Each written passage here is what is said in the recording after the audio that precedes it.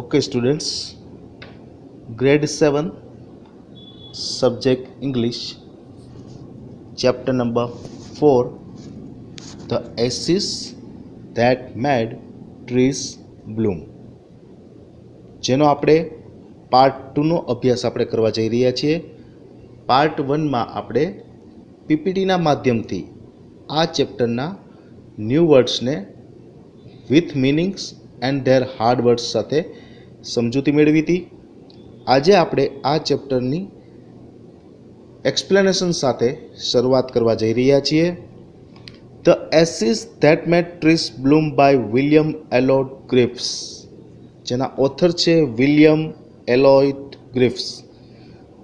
આ સ્ટોરી છે શેના વિશે છે તો કે underscores values such as honesty એટલે કે પ્રમાણિકતા, compassion, delegation etcetera with a hint of magical realism. The spirit of the dog is the old couple's make-believe determination to get past personal setbacks and begin anew. The spirit of the dog એટલે જે old couple હતું એને જે ડોગનું જે સ્વપ્ન આવ્યું હતું, dream આપ્યું હતું, તે શું હતું તો કે મેક બિલીવ ડિટર્મિનેશન એટલે કે આમ નિર્ણય શક્તિ, કે એનામાં એવી એક ઉર્જા પેદા કરી રહ્યા હતા, ઉત્પન્ન કરી રહ્યા હતા કે past personal setbacks and begin anew, કે એ જે ભૂતકાળના અણબનાવો છે, ભૂતકાળની જે ભૂલો છે, ભૂતકાળના જે દુઃખો છે એને ભૂલી અને કંઈક નવી જ શરૂઆત કરે એના વિશે છે. તો આપણે હવે સ્ટોરીની શરૂઆત કરવા જઈ રહ્યા છીએ. બિફોર યુ રીડ, વિદ્યાર્થી મિત્રો, અત્યાર સુધી આપણે શું કરતા હતા તો કે હું તમને ટેક્સ્ટ બુકનું રીડિંગ કરી અને સમજાવતો હતો. આજે હું કંઈક થોડુંક નવું કરવા જઈ રહ્યો છું. આજે મેં ટેક્સ્ટ બુકને અહીં પીપીટીના માધ્યમથી તમને સમજવાનો પ્રયત્ન કર્યો છે, જેથી કદાચ તમને આ રીતથી, આ મેથડથી વધુ સહેલાઈથી, વધુ સારી રીતે, શાર્પનેસથી તમે આગળ લર્ન કરી શકો. This is a story about an honest and hardworking old couple and their pet dog. આ સ્ટોરી છે એ શેના વિશે છે તો કે ઓનેસ્ટ, પ્રામાણિક, હાર્ડ વર્કિંગ, સખત કામ કરનાર ઓલ્ડ કપલ એટલે કે વૃદ્ધ દંપતી એન્ડ ધેર પેટ ડોગ અને તેનો પાળીતો કૂતરો. પેટ એટલે પાળેલું પ્રાણી. The neighbours are troublesome and the dog dies a sudden death. The neighbours એટલે કે જે ઓલ્ડ કપલ રહેતું હતું, વૃદ્ધ દંપતી રહેતું હતું, એની બાજુમાં જ એક બીજું વૃદ્ધ દંપતી રહેતું હતું, જેને પડોશી કહેવામાં આવે છે આપણે. નેબર્સ મીન્સ તો કે આ ઓલ્ડ કપલ એ કેવા હતા કે ઓનેસ્ટ હતા, હાર્ડ વર્કિંગ હતા. જ્યારે આ બીજા જે નેબર્સ હતા, જે એ પણ ઓલ્ડ કપલ જ હતા, પણ એ કેવા હતા? ગ્રીડી, લોભી હતા, ક્રુઅલ એટલે કે ખૂબ ખરાબ કામ કરનાર હતા, ઘાતકી હતા. અને એના જ હિસાબે આ નેબર એટલે કે આ પડોશીના હિસાબે જ આ જે પ્રામાણિક દંપતી હતું એનો કૂતરો છે એ મૃત્યુ પામે છે. The spirit of the dog gives solace and support to these master in unexpected ways. The spirit of the dog એટલે ડોગનું જે સ્વપ્ન છે, ડોગની જે આત્મા છે, જેનો સોલ છે, એ ગિવ્સ એ સોલેકલનો મિનિંગ જો નીચે લખેલો છે, comfort or consolation in a time of distress or sadness. જ્યારે તમે નિરાશ હો, જ્યારે તમે ઉદાસ હો, ત્યારે કોઈ તમને સાંત્વન આપે એને સોલેક કહેવામાં આવે છે. To is master in unexpected ways. આ ડોગ છે એ એના માસ્ટરને કંઈક અલગ રીતે જ, ખૂબ જ સારી રીતે શું કરે છે? વેઝ, અનએક્સપેક્ટેડ વેઝ, એ ઘણા બધી સારી રીતે જે આ ઓલ્ડ દંપતીએ માન્યું ન હોય ને એ રીતે ઘણી બધી મદદો કરે છે. નેક્સ્ટ જોઈએ. અહીંથી હવે આપણી પાઠની શરૂઆત થાય છે, લેસનની, ચેપ્ટરની. In the good old days of the daimyos means 19th century Japan wealthy land owner એટલે કે 19મી સદીમાં જાપાનમાં જે શ્રીમંત લોકો હતા એને ડેમોઝ કહેવામાં આવે છે. Here lived an old couple whose only pet was a little dog.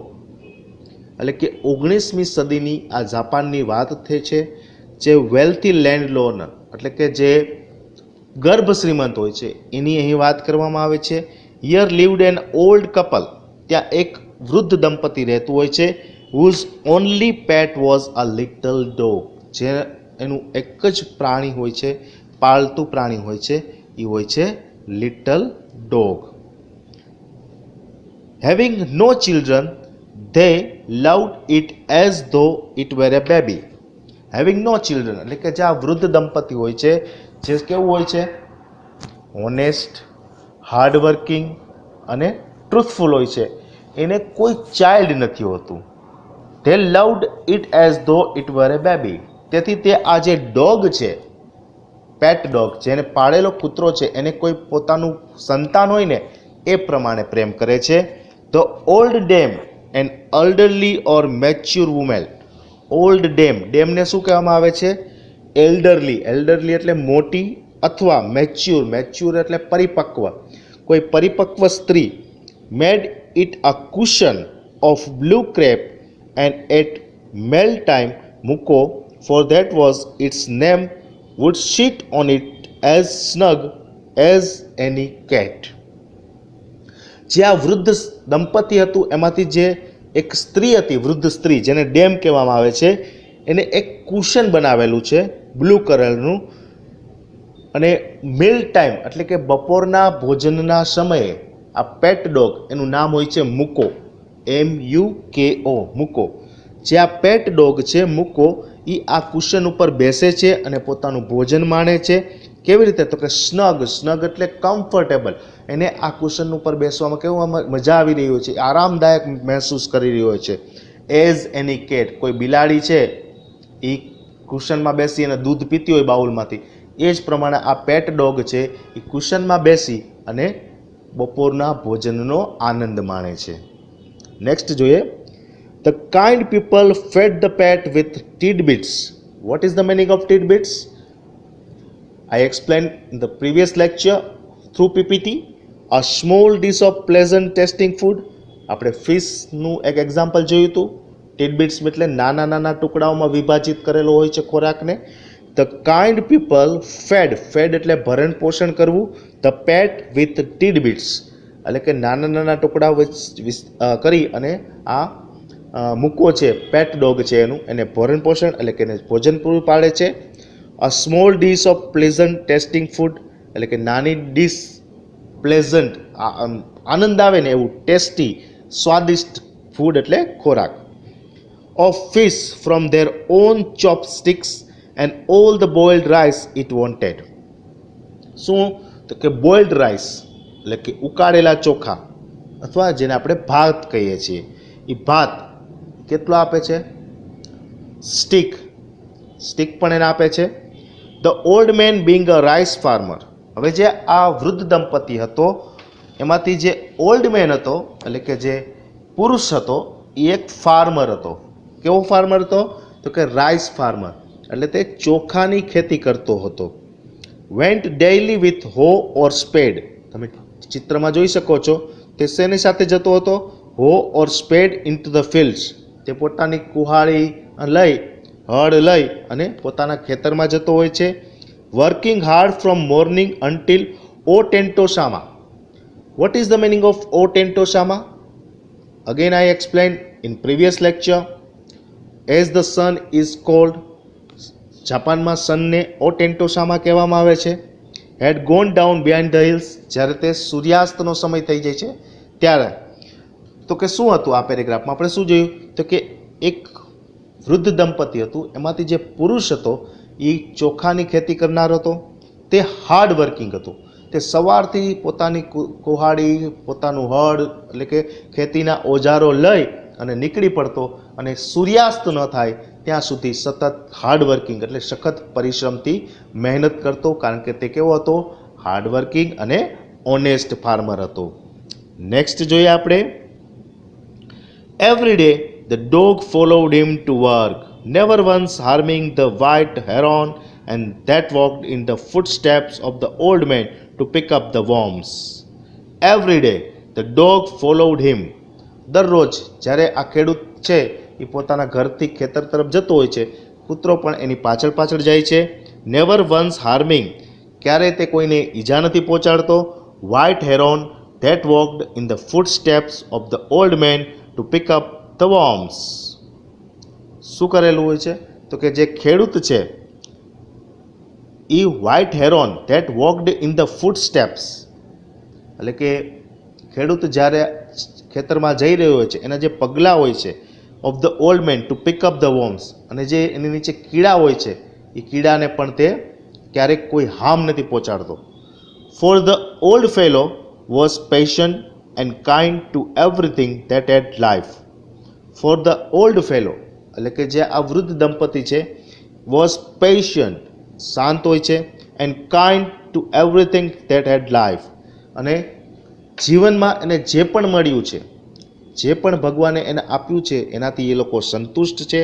And often turned up એટલે dug up, a showed the surface of the ગ્રાઉન્ડમાં કોઈ ખાડો કરવો, with the grass growing on it, જેને ઉપર ઘાસ ઉગી નીકળ્યું હોય છે, ઓન પર્પઝ એટલે કે intentionally to give food to the birds. શું કરે છે? તો કે એન્ડ ઓફન ટર્ન્ડ અપ એટલે કે dug up, a showed the surface of the ground with the grass growing on it, on purpose intentionally to give food to the birds, એટલે કે ઘાસ છે એ ઘાસ જે જમીન ઉપર ઉગી નીકળ્યું હોય છે ત્યાં કુહાડી મારી એ થોડું ઘણું ઘાસ બહાર કાઢે છે, જેથી પક્ષીઓ છે એને પોતાનો ખોરાક મળી રહે. નેક્સ્ટ જોઈએ. One day the dog came running to him, putting his paws against his legs and moistening with his head to some spot behind. એક દિવસ એક ઇન્સિડન્ટ બને છે, એક દિવસ એક ઘટના બને છે. The dog came running to him. મૂકો નામનો જે એનો પેટ ડોગ હોય છે એ ફાર્મર પાસે દોડતો આવે છે.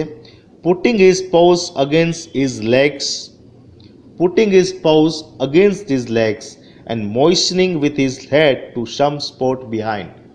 Moistening એટલે બતાવે છે, પોતાના પગ અને પોતાના માથા દ્વારા ઈશારો કરીને ખેડૂતને આગળ કંઈક છે એવું કહેવા માંગે છે કૂતરો.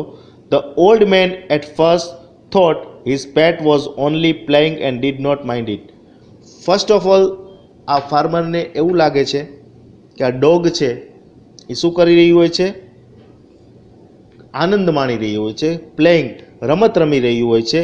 એટલે ખેડૂત છે એ એની વાત ધ્યાનમાં લેતો નથી, એને નજરઅંદાજ કરે છે. But the dog kept on whining, the making of a long high pitched cry for or sound.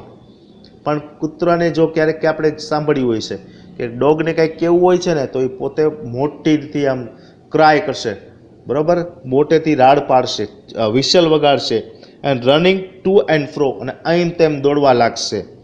In one direction and then in the opposite direction, એક બાજુ જાય પાછી એનાથી ઓપોઝિટ ડિરેક્શન, આ બાજુ તે બાજુ, એટલે બંને અલગ અલગ દિશા તરફ દોડતા હોય છે.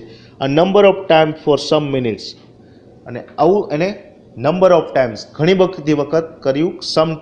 સમ મિનિટ્સ એટલે કે થોડી ઘણી મિનિટો સુધી. ફર્સ્ટ ઓફ ઓલ શું થાય છે કે ડોગ છે એ એના માલિકને કંઈક બતાવવા માગે છે, પણ માલિકને એવું થાય છે કે આ તો કંઈક રમત રમી રહ્યો છે, એટલે એ પોતે નજરઅંદાજ કરે છે કે આ ડોગ છે એ રમત રમી રહ્યો છે, એટલે કે રમી રહ્યો છે. પણ ડોગ છે એ મોટેથી ક્રાય કરવા લાગે છે, હાઈ પિચ્ડ સાઉન્ડથી, એટલે કે મોટા અવાજેથી. જ્યારે પણ ડોગને કંઈક કેવું હોય છે ત્યારે તે અહીં તહીં એટલે કે એક બીજી દિશાથી બીજી દિશા તરફ આટા મારવા લાગે છે. અને કેટલી વખત તો કે ફોર સમ મિનિટ્સ એટલે કે થોડી ઘણી મિનિટો સુધી. નેક્સ્ટ જોઈએ આપણે. Then the old man follow the dog. પછી આ ઓલ્ડ મેનને એવું લાગ્યું કે નહીં, આ ડોગ છે ને એ કંઈક મને કહેવા માગે છે, એટલે એ ફોલોડ ધ ડોગ. ફોલો એટલે પીછો કરવો, તેથી તે એ ડોગનો પીછો કરે છે. અ ફ્યુ યાર્ડ્સ, થોડાક યાર્ડ એટલે પગલા સુધી, to a place where the animal began a lively scratching. હમણાં જ, લાઇવલી એટલે હમણાં જ, સ્ક્રેચિંગ એટલે ખોદ્યું હોય ને, એ પ્લેસ ઉપર, એ સ્થળ ઉપર આ ડોગ છે એ પોતાના માલિક જે ઓલ્ડ ફાર્મર છે, જે રાઈસ ફાર્મર છે, એને લઈ જાય છે. થિંકિંગ ઇટ વોઝ પોસિબલી અ બ્યુરિડ બોન. ત્યારે ફરીવાર એને એવો વિચાર આવે છે, કોને? ફાર્મરને, કે પોસિબલી શક્ય છે કે બ્યુરિડ બોન, બ્યુરિડ એટલે દટાયેલું છે, બોન એટલે હાડકા, ઓર બીટ ઓફ ફિશ, કે આ માછલીના નાના નાના ટુકડા હશે.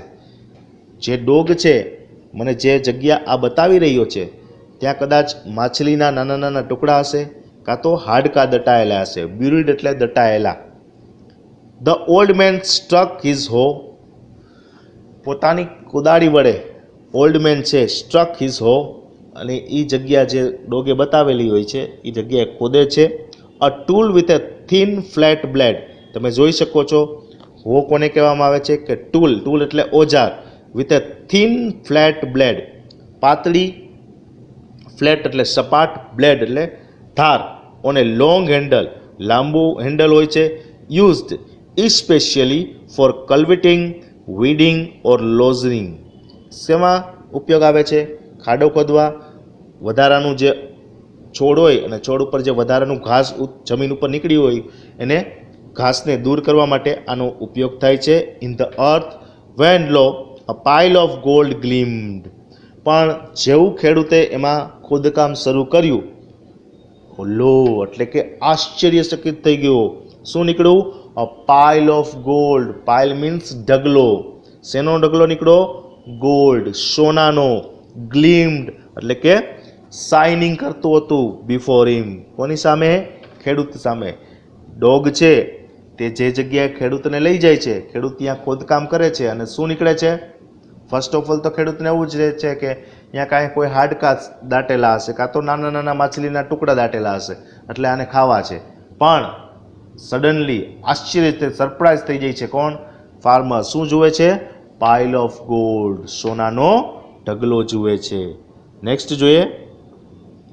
Thus in an hour the old couple were made rich. એક જ કલાકમાં આ વૃદ્ધ દંપતી કેવું બની ગયું? પૈસાદાર. એક સામાન્ય કન્ડિશનમાંથી રીચ કન્ડિશનમાં આવી ગયું. The good souls bought a piece of land, made a feast, a large meal, typically a celebratory one. શું કર્યું? આ ગુડ સોલ્સ એટલે કે સારા દંપતીઓ, આ સારા આત્માઓ, એટલે જે વૃદ્ધ દંપતીની વાત થઈ રહી છે. પીસ ઓફ લેન્ડ, એક જમીનનો નાનો ટુકડો ખરીદ્યો. મેડ એ ફીસ્ટ એટલે કે શાનદાર ભોજનનું આયોજન કર્યું. લાર્જ મિલ, ટિપિકલી અ સેલિબ્રિટી વન, કોઈ પ્રસંગમાં આપણે જમણવાર કરીએ એવો જમણવાર કર્યો. ફોર ધેર ફ્રેન્ડ્સ, કોના માટે? મિત્રો માટે. And gave plentifully exciting and great quantities to their poor neighbours, અને જે પોતાના ગરીબ પડોશીઓ હતા એને પણ એને ભોજન પૂરું પાડ્યું. કેટલું? તો કે પ્લેન્ટીફુલી, એ લોકોને સંતોષ થાય ને ત્યાં સુધી. Okay. As for the dog they petted, took care of.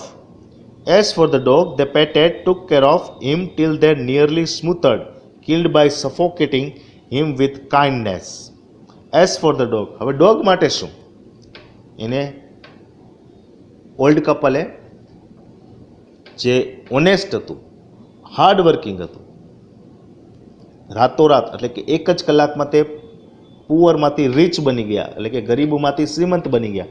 તો એને આયોજન કર્યું ફિસ્ટનું, ગ્રાન્ડ ફિસ્ટ. એમાં એને પોતાના મિત્રોને પણ આમંત્રણ આપેલું અને પોતાના જે પડોશી હતા, જે ગરીબ હતા પોતાની જેમ, એને પણ જ્યાં સુધી એને સંતોષ ન થાય ત્યાં સુધી ભોજન પીરસ્યું. એઝ ફોર ધ ડોગ, પણ જે આ બધું લઈ આવ્યો એ મુકો નામનો જે ડોગ છે એના માટે એને શું કર્યું? તે પેટેડ એટલે કે એની પીઠ થપથપાવી. Till they nearly smoothed, killed by suffocating him with kindness. ક્યાં સુધી?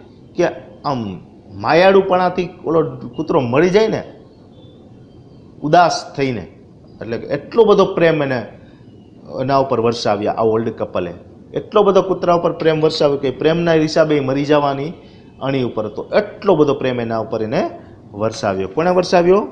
તો કે આ ઓલ્ડ દંપતીએ, એટલે કે જે ઓલ્ડ ફાર્મર્સ હતા એને. ઓકે સ્ટુડન્ટ્સ, અહીં આપણે અહીંયા સુધી જ આ લેસનને રાખવાનો છે, પાર્ટ 2 ને. શું જોયું આપણે? તો કે એક ઓલ્ડ કપલ હતું, જે એક વૃદ્ધ દંપતી હતું, એમાંથી જે વુમેન હતી જેને ડેમ કહેવામાં આવે છે, એને આ પેટ ડોગ માટે કુશન બનાવ્યું, જેથી કૂતરો છે આરામથી પોતાનો ભોજનનો સ્વાદ માણી શકે, આનંદ માણી શકે. આ ડોગનું નામ હતું મુકો. એક દિવસ મુકો પોતાના જે માલિક છે, ખેડૂત, જે રાઈસ ફાર્મર છે, એને એક જગ્યાએ લઈ જાય છે અને પોતે ખોદી અને એ જગ્યા પર ખોદવા માટે ખેડૂતને કહે છે. ખેડૂત ત્યાં ખોદે છે અને એને ગોલ્ડ એટલે કે પાઇલ ઓફ ગોલ્ડ સોનાનો ઢગલો મળે છે. ખેડૂત રાજી થઈ જાય છે. એક જ દિવસમાં નહીં પણ એક જ કલાકમાં તે પુઅરમાંથી રીચ બની જાય છે. એટલે કે આખી કન્ડિશન એની જે પરિસ્થિતિ આખી ચેન્જ થઈ જાય છે. પછી તે એક ગ્રાન્ડ ફિસ્ટનું આયોજન કરે છે. બધા મિત્રોને, બધા પડોશીઓને તે સંતોષપૂર્વક ભોજન કરાવે છે. ડોગ માટે એની પીઠ થપથપાવી એનો ખૂબ ખૂબ આભાર પણ વ્યક્ત કરે છે. તો વિદ્યાર્થી મિત્રો, આઈ હોપ કે તમને આ લેક્ચર અહીં સમજાઈ ગયો હશે. આ સેશનના એક વર્કશીટ હશે. વર્કશીટમાં ઓબ્જેક્ટિવ ક્વેશ્ચન આન્સર હશે જે તમારી રફ બુકમાં લખવાના રહેશે. કેમાં લખવાના છે? ગ્રામર બુકમાં નહીં, પણ રફ બુકમાં. નેક્સ્ટ લેક્ચરમાં ફરી મળીશું. Thank you.